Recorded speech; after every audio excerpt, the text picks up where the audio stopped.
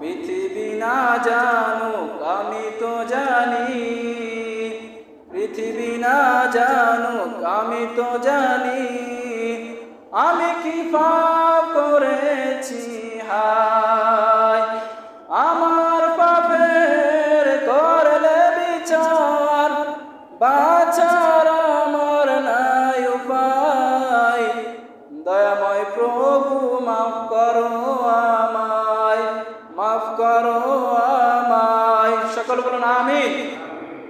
এমন কোন পৃথিবীতে আল্লাহর ওলি নেই, এমন কোন পীর সাহেব নাই, এমন কোন নেতা নাই, এমন কোন মানুষ নেই যে মানুষের জীবনে গুনাহ নাই।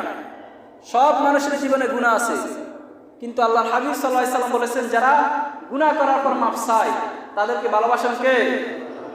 সাইয়েদনা আদম আলাইহিস সালাম অন্যায় করেছে, আল্লাহর কাছে বলেছে রব্বানা যালামনা আনফুসানা ওয়া ইল্লাম তাগফির লানা ওয়া তারহামনা লানাকুনান্না মিনাল খাসিরিন। সকল বলুন আমিন। আল্লাহ ভুল করেছি, অন্যায় করেছি, নফসের উপর জুলুম করেছি, আপনি যদি মাফ না করেন আমি তো শেষ হয়ে যাব। 350 বছর পর আদম আলাইহিস সালামকে মাফ করে দিয়েছেন কে?